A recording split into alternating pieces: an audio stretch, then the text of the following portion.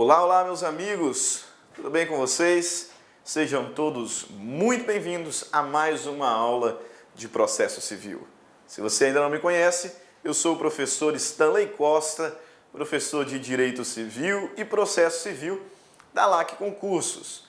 E para o nosso encontro de hoje, eu separei um tema extremamente importante para você concurseiro, para você concurseira. É o tema da competência. Competência, na verdade, em praticamente todas as disciplinas, especialmente as processuais, competência é um tema que merece bastante atenção, muito cobrado. E aqui no processo civil não é diferente. Não é diferente. Ali na parte geral do novo CPC, no livro 2, competência, é sem dúvida um dos pontos de destaque de toda a parte geral do novo CPC. E tem se dado mais importância ainda ao tema. Você, concurseiro, tem que ficar bastante esperto, bastante atento com esse tema. Por quê? Porque aqui nós temos novidade. Aqui o novo CPC trouxe inovações, trouxe modificações. E conforme tenho dito nas minhas aulas, as bancas examinadoras em geral, elas gostam muito do que é novo. Elas querem saber se o examinando, se o concursando, ele está por dentro das novidades. Então, por vezes, alguns pontos que nem têm tanta importância assim em si próprios, têm sido cobrados pelo simples fato de ser novo. Aqui nós temos um tema que é importante e que tem novidade. Então, bastante atenção nesse encontro de hoje. Posso destacar aqui, ponto que tem sido muito cobrado em concursos públicos, que diz respeito à incompetência, as diferenças, né, entre incompetência absoluta e incompetência relativa. E no tocante à incompetência relativa, o que delimita ali a forma de se alegar. Porque o novo CPC acabou com a chamada exceção de incompetência relativa. Então agora, tanto incompetência absoluta quanto incompetência relativa devem ser alegadas em preliminar de contestação. Com a diferença que se eu não alegar incompetência absoluta, como é matéria de ordem pública, eu posso posteriormente alegar qualquer tempo, qualquer grau de jurisdição. Competência relativa, não. Só posso alegar aqui na preliminar de contestação. Esse é um tema que nós vamos ver na segunda parte desse nosso estudo e que tem sido muito cobrado. Então, bastante atenção, já abra aí o seu vademecum, seu Código de Processo Civil.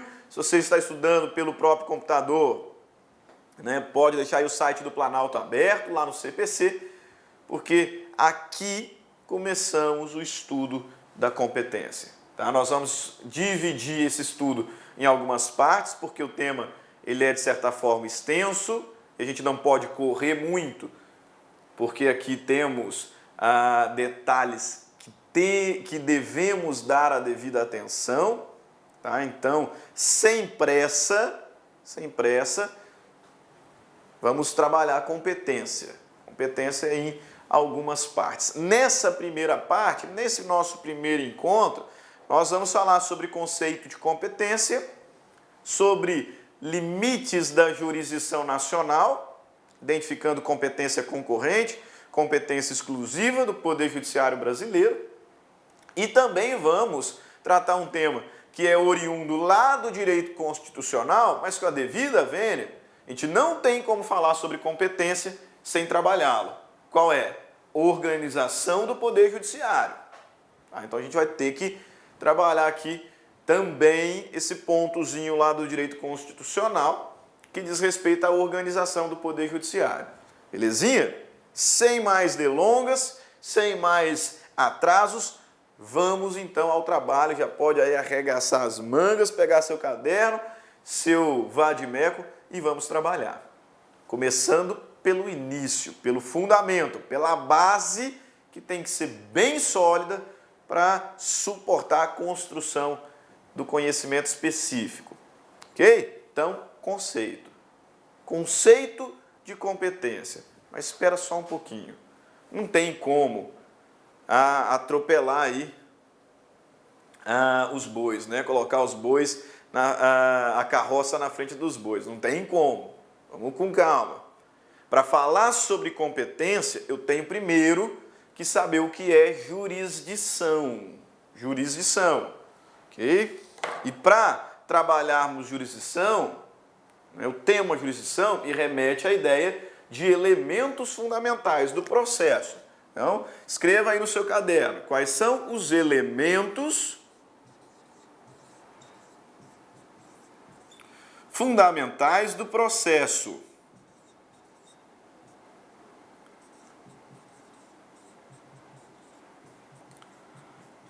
Quais são os elementos fundamentais do processo? Olá, meus amigos, minhas amigas, sou o professor Luiz Antônio Carvalho, com muito prazer, muita satisfação, estou aqui para fazer um convite para vocês que estão assistindo a nossa playlist no YouTube, a nossa playlist focada no TRF4 aí, 2019, de tal publicado, de tal na praça. Nós aqui da La Concurso, nós temos um curso aí super competitivo para o cargo de técnico judiciário área administrativa, que custa apenas 10 parcelas de R$20. Professor, o curso é bom? Cara, você está assistindo essa aula, você viu aí a qualidade do nosso professor, professores aí bastante experiências com uma didática maravilhosa.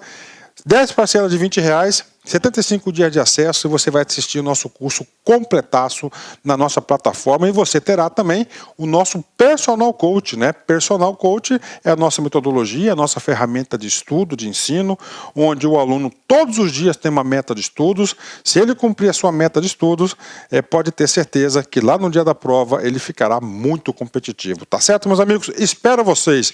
Quer se matricular? Tem um link aqui embaixo, pode clicar e pode conversar com os nossos atendentes. Um forte abraço, tchau, tchau, espero vocês.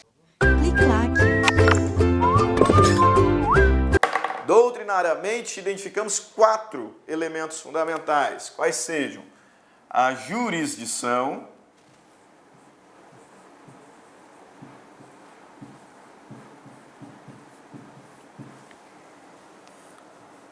segundo, a ação,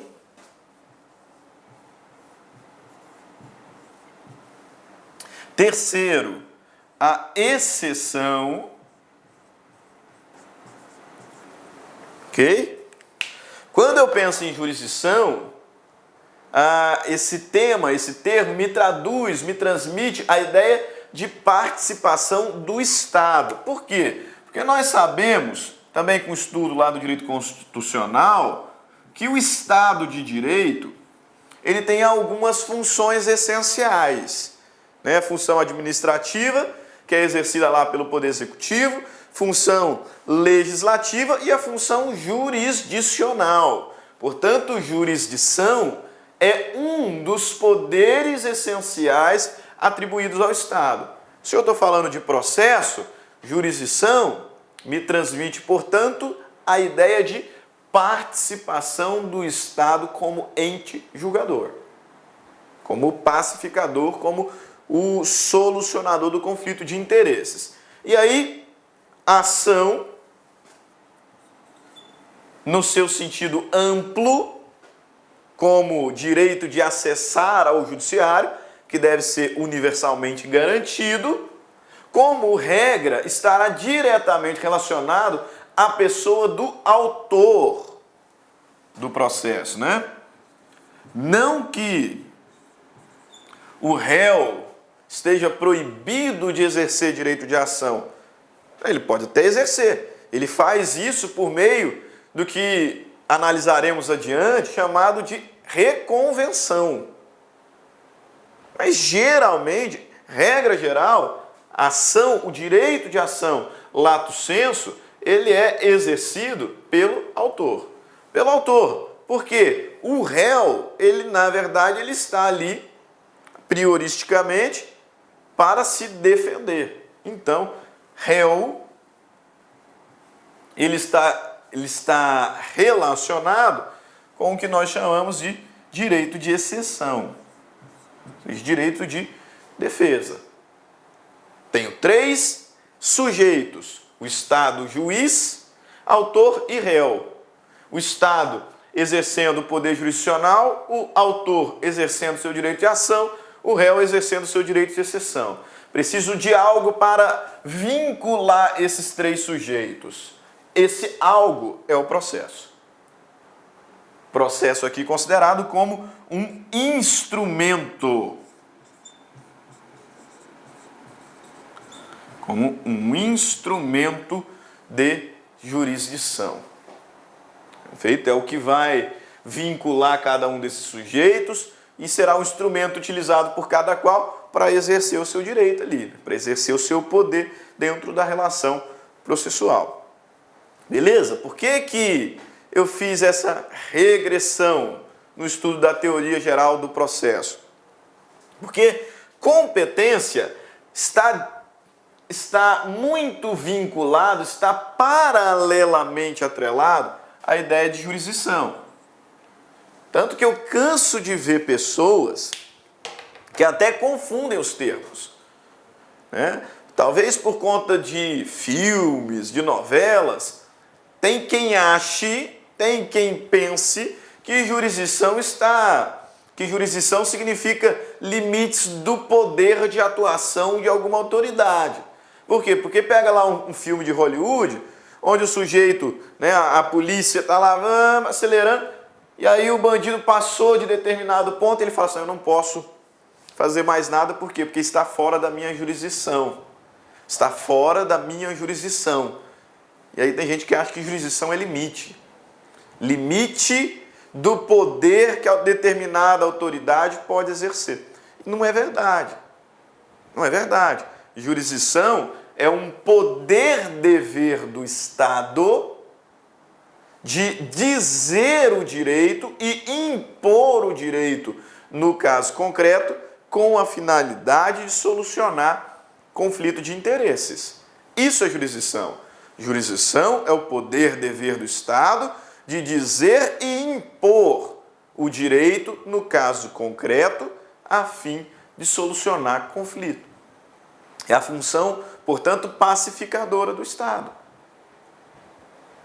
E onde que surge competência nesse meio todo?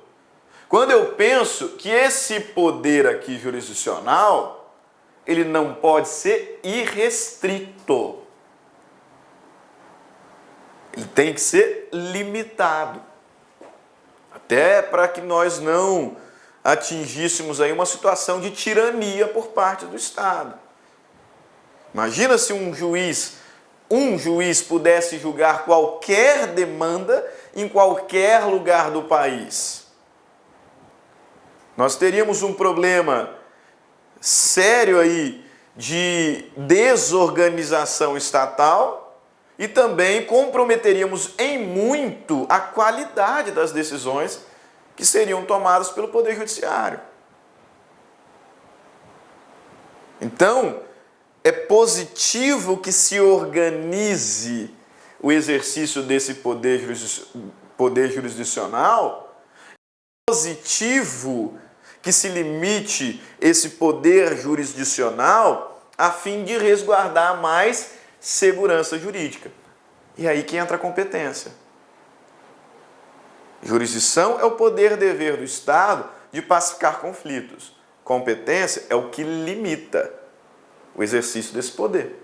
É o que vai dizer quais demandas que podem ser julgadas por determinado magistrado.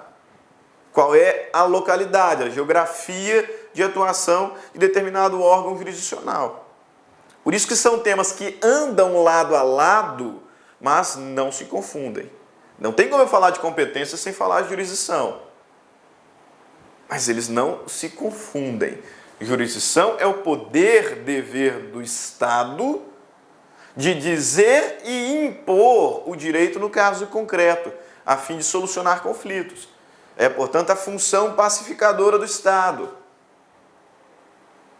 Competência é o que vai limitar esse poder. Ok? Mas toma cuidado. Limitar esse poder não significa diminuir a jurisdição,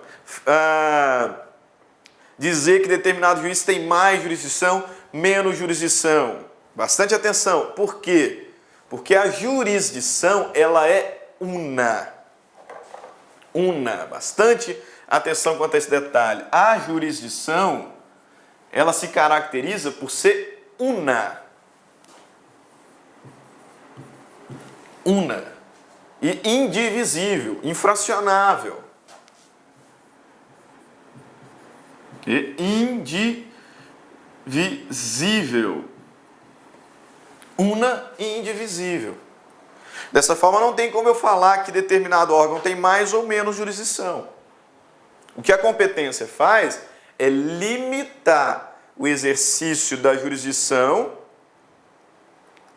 para fins de segurança jurídica e organização. Mas nunca posso dizer que um tem mais jurisdição do que outro. Por quê? Porque ela é una. Ela é indivisível. E o que demonstra essa conclusão objetiva é justamente o artigo 16 do CPC. Porque veja bem o que o legislador diz aqui. A jurisdição civil é exercida pelos juízes e pelos tribunais em todo o território nacional. Em todo o território nacional, conforme disposições desse código. Então eu não tenho várias jurisdições. Eu tenho uma jurisdição só. E essa jurisdição, ela é exercida sobre todo o território nacional. Por uma questão de organização, é que nós temos as regras de competência para limitar a atuação de determinado órgão jurisdicional. Ok? Captaram a mensagem? Que é justamente o que eu ponho aqui para nós. Olha lá. Tradicionalmente, você pode acompanhar no material que está aí na sua área de estudo, né? Nosso slide, que você já fez o download. Eu posto aqui nesse terceiro slide. Tradicionalmente, entende-se competência como sendo a medida da jurisdição. Esse aqui é um conceito bastante clássico. É a medida da jurisdição. Esse é um conceito clássico, só que muito criticado. Por quê? Não tem como eu ter mais, menos jurisdição. Não tem como eu ter mais ou menos jurisdição. A jurisdição é una, ela é indivisível. Então esse é um conceito clássico, mas para muitos doutrinadores já não tão adequado. Porque, na verdade, competência não está relacionado com quantidade, com medida, e sim com limite. Limite. Ok? Jurisdição, nós já dissemos, é o poder-dever do Estado de dizer e impor o direito ao caso concreto. Esse poder não pode ser realizado de forma ilimitada, desregrada. Para isso é que servem as regras de competência, para estabelecer os limites de atuação de cada órgão jurisdicional. Aí veja bem, se um juiz daqui do Mato Grosso não tem competência territorial para julgar uma demanda lá no Rio Grande do Sul, vamos imaginar um absurdo. Ele vai lá no Rio Grande do Sul e julga uma demanda. Posso dizer que ele não tinha jurisdição para trabalhar lá? Não posso. Não posso. A atividade jurisdicional ela foi exercida. Só que ela será considerada inválida. Por quê? Porque estava fora dos limites de competência daquele julgador. Beleza? Por isso que eu chamo a atenção aqui. Ó. Atenção, o ato do juiz sempre será investido de jurisdição. Isso porque a jurisdição não pode ser fracionada. Ela é una e indivisível. O que acontece é que se eu ultrapassar os limites previstos na lei, este ato poderá ser invalidado. Poderá ser invalidado. Ela existe, todavia, inválida. Por quê? Porque está viciada. E esse vício pode ser em 2 graus. É onde vai surgir a ideia de incompetência absoluta e relativa. Ok? Beleza? O tema é tão importante, pessoal, tão importante. Peço até licença para vocês, mas o tema é tão importante que fiz questão de trazer para nós aqui alguns conceitos de dois doutrinadores muito famosos, nomes relevantíssimos dentro do atual processo civil, né, e que deram devida atenção, devido destaque ao conceito de jurisdição. Então, peço até licença para vocês, só que é muito bom para a nossa aprendizagem essa fundamentação. Okay? Veja lá o que o Eupídio Donizete nos diz. Por questões organizacionais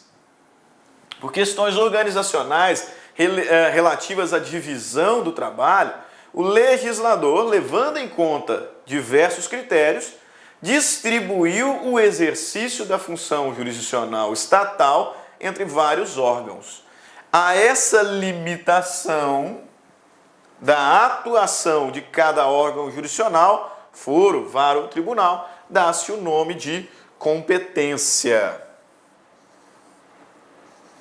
Okay? Então, competência relacionada aí com a ideia de limite à jurisdição. E o Daniel Assunção também.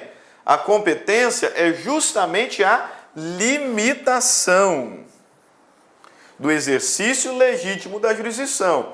O juiz incompetente estará, portanto, exercendo de forma ilegítima a sua jurisdição.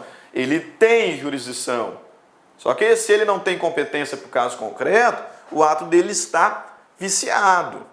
Está viciado, podendo, portanto, ser invalidado. Meus amigos, minhas amigas, sou o professor Luiz Antônio Carvalho, com muito prazer, muita satisfação. Estou aqui para fazer um convite para vocês que estão assistindo a nossa playlist no YouTube, a nossa playlist focada no TRF4 aí, 2019, de tal publicado, de tal na praça. Nós aqui da La Concurso, nós temos um curso aí super competitivo para o cargo de técnico judiciário área administrativa, que custa apenas 10 parcelas de R$20. Professor, o curso é bom? Cara, você está assistindo essa aula, você viu aí a qualidade do nosso professor, professores aí bastante experiências com uma didática maravilhosa. 10 parcelas de R$20, 75 dias de acesso, e você vai assistir o nosso curso completaço na nossa plataforma, e você terá também o nosso Personal Coach, né? Personal Coach é a nossa metodologia, a nossa ferramenta de estudo, de ensino, onde o aluno todos os dias tem uma meta de estudos. Se ele cumprir a sua meta de estudos, pode ter certeza que lá no dia da prova ele ficará muito competitivo. Tá certo, meus amigos? Espero vocês. Quer se matricular? Tem um link aqui embaixo, pode clicar e pode conversar com os nossos atendentes. Um forte abraço, tchau, tchau, espero vocês. Ok? Então, conceitos importantes, de extrema relevância que você conheça os termos que a gente utiliza. Então, agora você sabe, jurisdição é o poder-dever do Estado de dizer o direito e impor o direito, no caso concreto, para solucionar conflitos. Uma das funções essenciais do Estado, função pacificadora. Competência é o que vai limitar a atuação jurisdicional de cada um dos órgãos do Poder Judiciário. Para que isso? Para dar organização, para dar segurança jurídica, para aumentar a qualidade das decisões que são tomadas pelo Poder Judiciário. Beleza? Nesse conceito, nesse contexto, melhor dizendo, é que a gente passa efetivamente ao estudo dos artigos previstos no Código de Processo Civil. E o primeiro artigo que trata o assunto, livro 2, título 2, livro 2, né, tem por tema jurisdição e ação. Nós já falamos sobre jurisdição em outra oportunidade. Agora, livro 2, título 2. Limites da jurisdição nacional. Tá? Ok? Beleza? Limites da jurisdição nacional. Previsão do artigo 21 e seguintes. Livro 2, título 2 do novo CPC, Limites da Jurisdição Nacional. Aqui nós já temos uma inovação no próprio título, porque no antigo CPC falávamos em competência internacional, era essa que era a expressão utilizada, da competência internacional. Mas aí os doutrinadores, né, em toda a sua sapiência, todo o seu conhecimento, entendiam que era equivocado, era atécnico falar em competência internacional. Porque uma lei pátria não pode dispor regras de competência internacional de um outro país, né? Dispor regras sobre a jurisdição de um outro país, não tem como, não faz lógica. Então, na verdade, nós não estávamos falando sobre a competência internacional, mas sim sobre os limites da nossa jurisdição. Ok? Por isso que houve essa adequação terminológica, limites da jurisdição nacional. E nesse contexto é que surgirão os dois temas: competência concorrente do Judiciário Brasileiro, competência exclusiva do Judiciário Brasileiro. Então, no seu organograma você já pode deixar anotado, né? Limites da jurisdição nacional. O que eu quero saber? Até onde o Poder Judiciário brasileiro pode atuar, pode trabalhar. E aí, quando eu penso em limites da jurisdição nacional, isso me remete à ideia de competência concorrente ou competência exclusiva. Olha só o que o Marcos Vinícius Rios Gonçalves nos traz sobre esse tema. Marcos Vinícius Rios Gonçalves, também um ótimo doutrinador da atualidade. Diz lá: há questões que não convém que sejam julgadas aqui, porque não tem relação conosco, ou porque, mesmo se o julgamento aqui se procedesse, não haveria como impor o cumprimento da decisão. A jurisdição brasileira encontrará óbice na soberania de outros países. O Brasil não pode usar meios de coerção para impor o cumprimento de suas decisões fora do território nacional. É disso que nós estamos falando. Nós já até vimos lá no artigo 16, a jurisdição ela é exercida sobre todo o território nacional. Então parece muito óbvio que o Poder Judiciário brasileiro só poderia deliberar questões dentro, né, julgar demandas dentro do território pátrio. Tem demandas, tem assuntos, tem causas que não tem razão nenhuma para o Poder Judiciário brasileiro julgar. Porque está relacionado a um outro país, a um outro Estado de direito. E aí é uma questão de soberania nacional.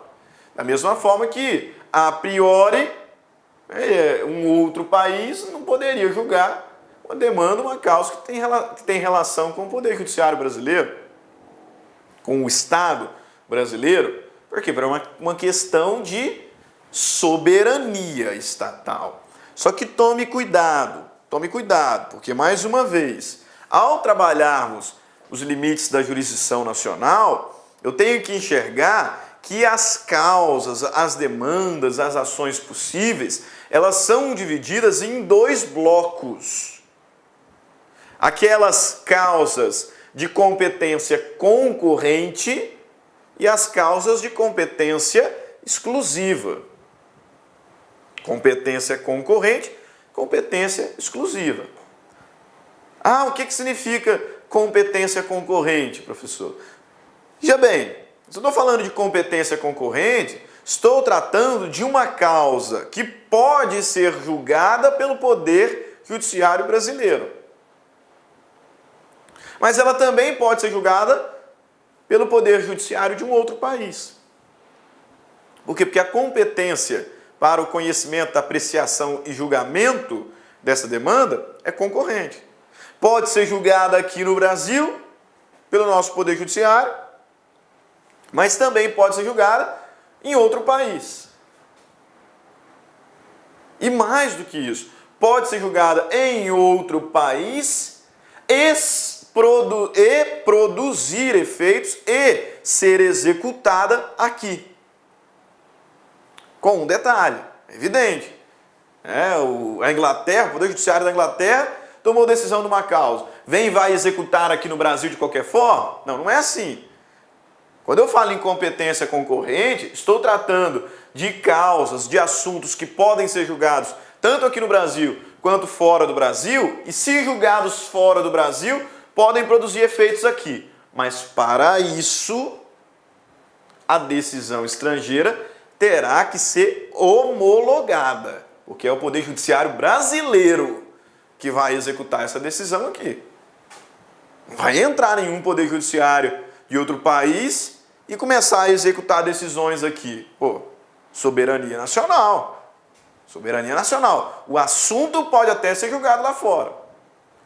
Para ser executado aqui, tem que ser homologada a decisão estrangeira e o nosso Poder Judiciário é que executará a decisão. Ok? Então, competência concorrente. Refere-se àquelas demandas que podem ser propostas, conhecidas e julgadas no Brasil, mas se forem julgadas em algum estado estrangeiro, poderá produzir efeitos aqui, a decisão. Só que essa decisão terá necessariamente que ser homologada pelo Superior Tribunal de Justiça. Em suma, demandas que podem ser julgadas tanto pelo Poder Judiciário brasileiro quanto pelo Poder Judiciário de algum outro país. Quais são essas causas? Quais são essas causas? Vamos lá identificar? Separei para nós aqui, tentando ser o mais didático possível, dado a relevância do tema, alguns quadros. Competência concorrente. O que pode ser julgado pelo Brasil, pelo Poder Judiciário brasileiro, mas se for julgado fora, pode produzir efeito aqui por meio de uma ação de homologação de decisão estrangeira. Que pode? Artigo 21 do CPC novo, tá? CPC 73, esse artigo correspondia lá no artigo 88, Artigo 88 era o correspondente. Novo CPC, artigo 21, diz-nos assim: compete à autoridade judiciária brasileira processar e julgar as ações em que... Está falando, compete à autoridade judiciária brasileira processar e julgar ações em que... Não falou que compete exclusivamente ao Poder Judiciário brasileiro. Falou que compete ao Poder Judiciário brasileiro julgar isso aqui. Se for julgado por outro país, pode produzir efeitos em nosso território, desde que homologada a decisão estrangeira pelo STJ. Ok? Quais são as hipóteses de competência concorrente? Quais são as hipóteses de competência concorrente? Artigo 21. Inciso 1º. As ações em que o réu, qualquer que seja a sua nacionalidade, estiver domiciliado no Brasil. Então é um japonês, é um americano, é um inglês, é um coreano que tem domicílio no Brasil, ele é parte de um conflito. Então o Poder Judiciário brasileiro tem competência para exercer a sua função jurisdicional, se for provocado. Em outros termos, a ação que envolve esse sujeito pode ser distribuída aqui no Brasil, independentemente de qual seja a sua nacionalidade. Pode ser julgada fora do Brasil? Até pode. Para produzir efeitos aqui vai ter que ser homologado. Ok? Então, competência concorrente. Primeira hipótese. Ações em que o réu, qualquer que seja a sua nacionalidade, estiver domiciliado no Brasil. Segunda hipótese. Ações em que no Brasil tiver que ser cumprida a obrigação. A obrigação. Então nós estamos tratando, basicamente, aqui nesse inciso 2º, de relações obrigacionais, tema lá do direito civil material. E considerando que o inciso 3º vai falar sobre responsabilidade civil, a gente pode dizer com bastante prioridade, quase que 100% de chances de acertar, que esse inciso 2º está se referindo diretamente a relações contratuais. Contratuais.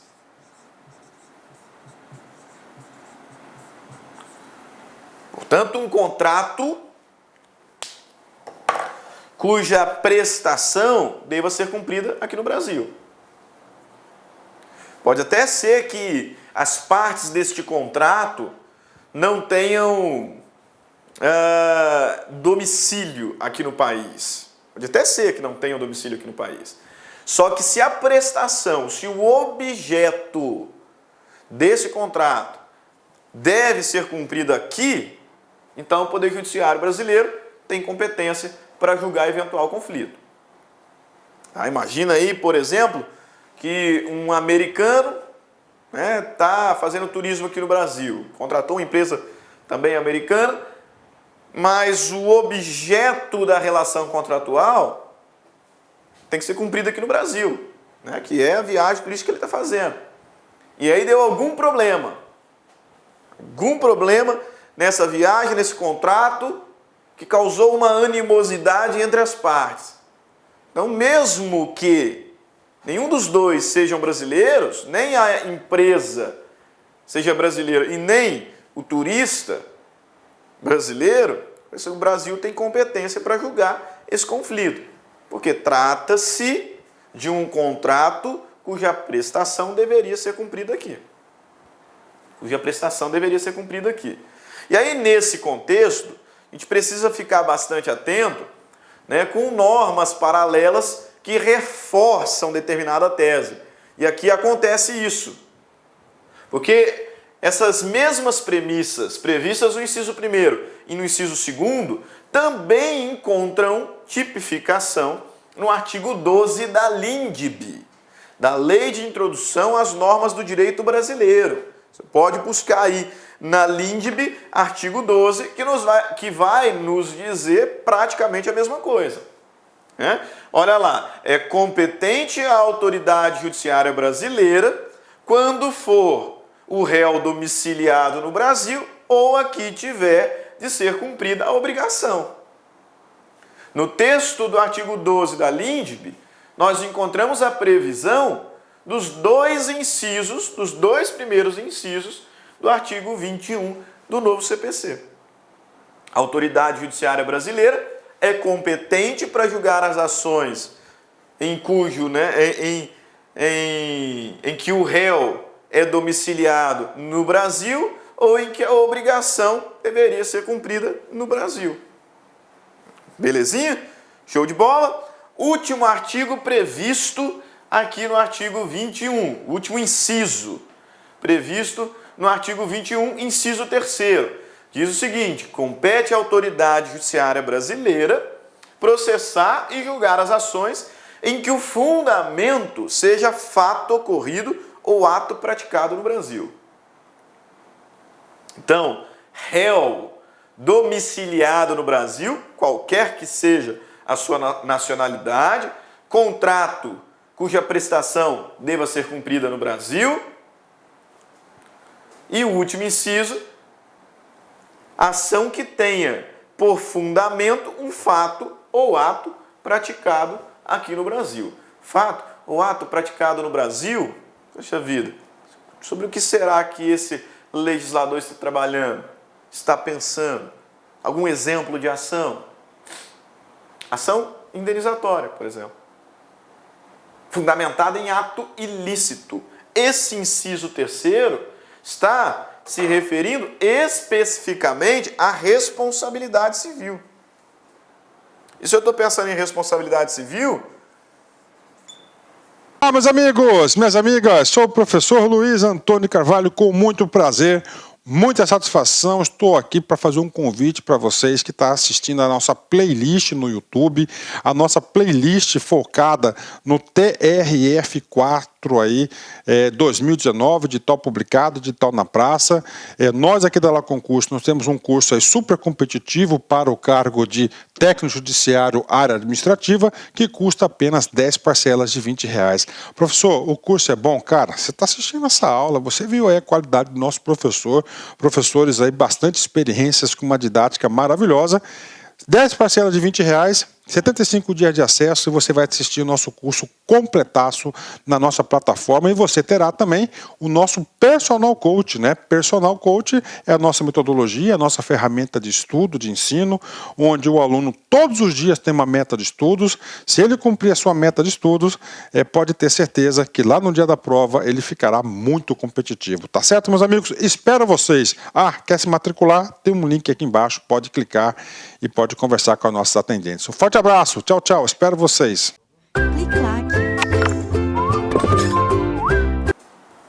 Fundamento dessa responsabilidade civil, aqui no caso concreto, será um ato ilícito.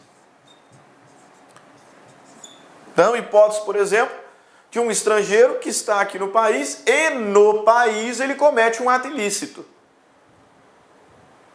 Se recusa ali a compor extrajudicialmente o conflito, né? E a vítima se vê obrigada a ajuizar uma ação judicial reparatória, uma ação judicial indenizatória.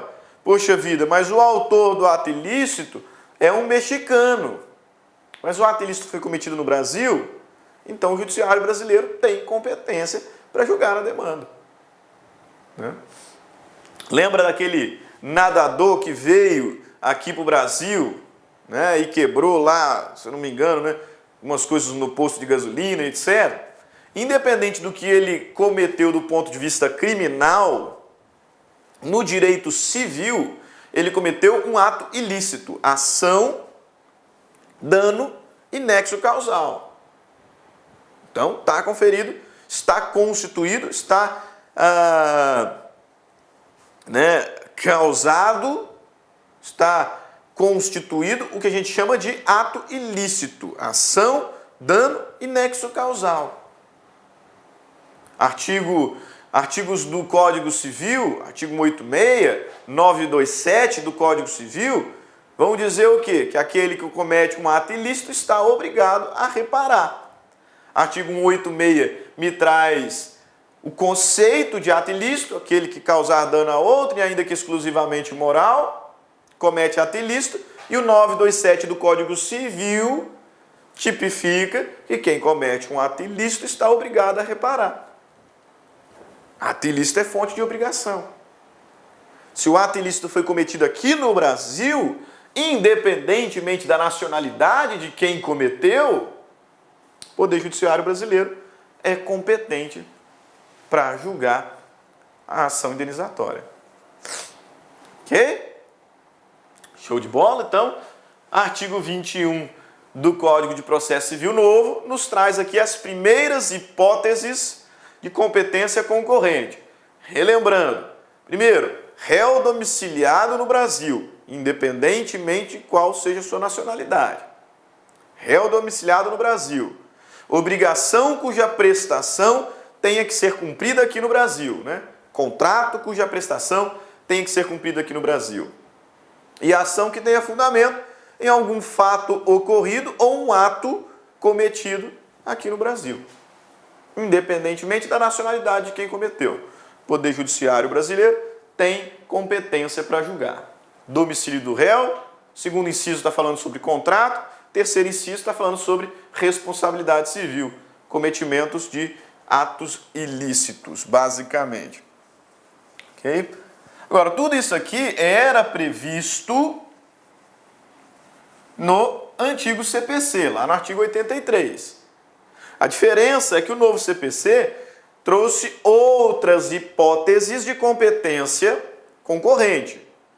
Por isso que nós podemos até dizer que esse artigo 21 nos indica as situações genéricas, as hipóteses gerais de competência concorrente.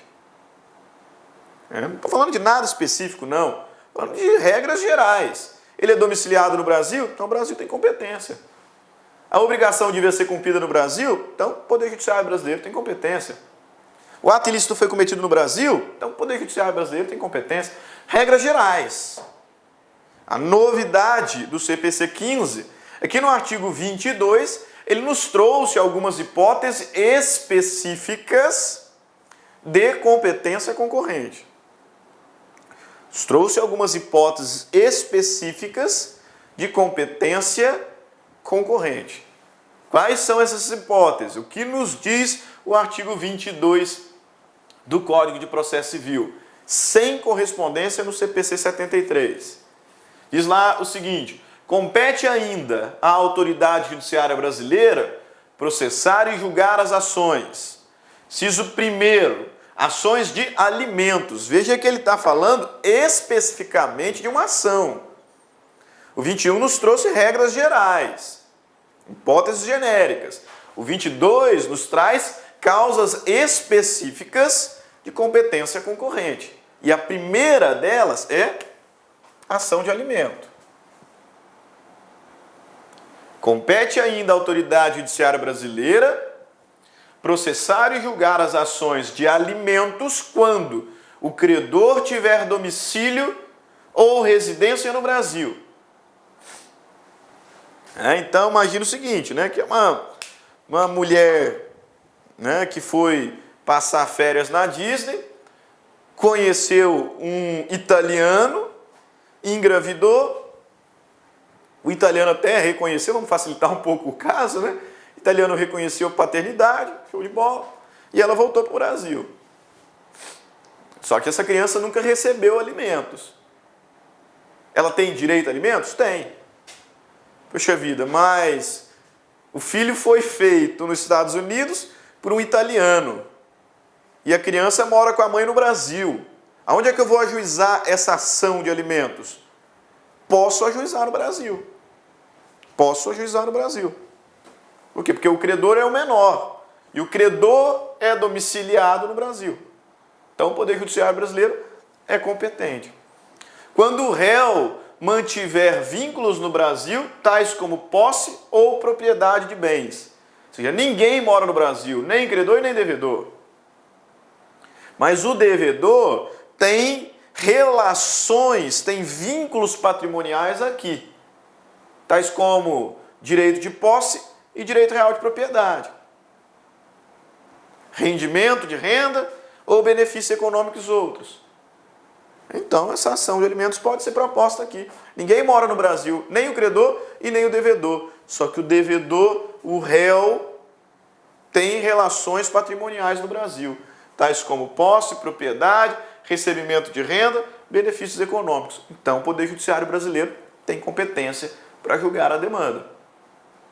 Situação específica de uma ação de alimentos. 2. Compete ainda à autoridade judiciária brasileira processar e julgar as ações, inciso 2º, decorrentes de relação de consumo. Isso significa que o inciso 2º do 21, que estava falando sobre contratos, ele é um inciso genérico, inciso 2º do artigo 21, estava falando de qualquer contrato. Mas para ainda dar mais ênfase a essa hipótese, o legislador fez questão de aqui no artigo 22 dizer que compete à autoridade judiciária brasileira processar e julgar as ações que envolvam contratos de natureza consumerista, relação de consumo, fornecedor-consumidor. Então, ações decorrentes de relação de consumo. Quando? Quando o consumidor tiver domicílio ou residência no Brasil. Imagina que um brasileiro comprou um pacote de turismo numa agência egípcia. Por exemplo, tomou um calote feio, terrível. Vai ajuizar agora uma ação contra aquela agência. Tem relação de consumo? Tem. Esse consumidor tem domicílio no Brasil? Tem. Então, a autoridade judiciária brasileira é competente para julgar a demanda. Ok? Captou? Tua mensagem? Lá no inciso 21, o réu teria que ter domicílio aqui. Ou o contrato, a obrigação ser cumprida aqui. Agora o legislador deu uma especificada, reconhecendo a situação de hipossuficiência do consumidor em relação ao fornecedor. Ele nos diz o quê? Se for uma ação decorrente de relação de consumo e o consumidor tem domicílio ou residência no Brasil, independente de onde ela é cumprida, quem era o fornecedor, o Poder Judiciário brasileiro tem competência para julgar a demanda. Então, casos específicos, ação de alimentos, relação consumerista e, por fim, o legislador diz, compete ainda à autoridade judiciária brasileira processar e julgar as ações em que as partes expressam tacitamente se submeterem à jurisdição nacional. O que o inciso 3º está tratando? Aquela famosa cláusula de eleição de foro. Eleição de foro. Ok? Então, artigo 21 e artigo 22 tratam sobre as regras de competência concorrente. Causas que podem ser julgadas pelo Poder Judiciário brasileiro, mas também podem ser julgadas no estrangeiro. Artigo 21 me traz regras genéricas, relacionadas ao domicílio do réu, contratos cuja prestação deva ser cumprida no Brasil, ato ilícito, responsabilidade civil, e o artigo 22 traz causas específicas, alimentos, se o credor tem domicílio no Brasil, ou se o devedor, se o réu tem rendimentos, tem vínculos patrimoniais no Brasil, ações fundadas em relação de consumo, e quando as partes voluntariamente escolherem se submeterem à jurisdição nacional. Lá no contrato, por exemplo, tem uma cláusula de eleição de foro. Então elas estão expressamente se submetendo ao Poder Judiciário Nacional. Beleza? Ok, mas aí veja, competência concorrente. O Poder Judiciário brasileiro pode julgar. Mas não tem problema se for julgado fora do Brasil. São causas que podem ser julgadas pelo Poder Judiciário de um outro país. E essa decisão tomada em um outro país pode até produzir efeitos aqui.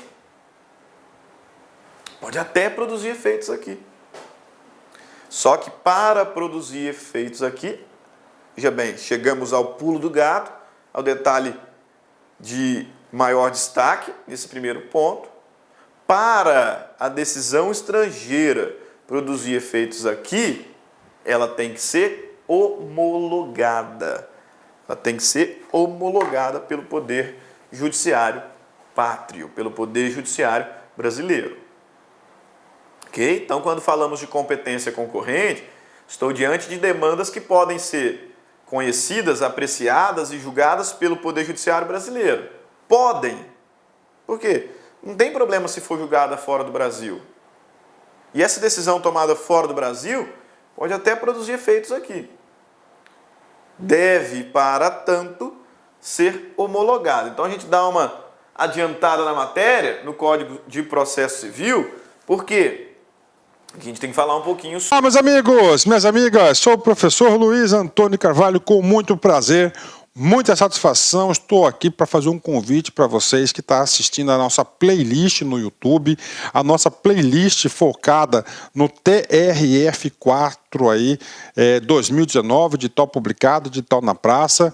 Nós aqui da La Concurso, nós temos um curso aí super competitivo para o cargo de técnico judiciário área administrativa, que custa apenas 10 parcelas de R$20. Professor, o curso é bom? Cara, você está assistindo essa aula, você viu aí a qualidade do nosso professor, professores aí bastante experiências com uma didática maravilhosa.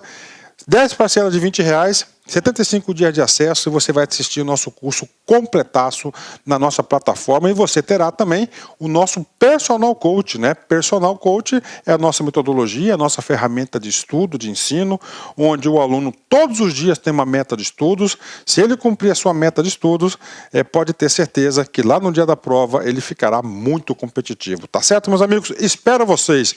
Quer se matricular? Tem um link aqui embaixo, pode clicar e pode conversar com os nossos atendentes. Um forte abraço, tchau, tchau, espero vocês. Clique lá.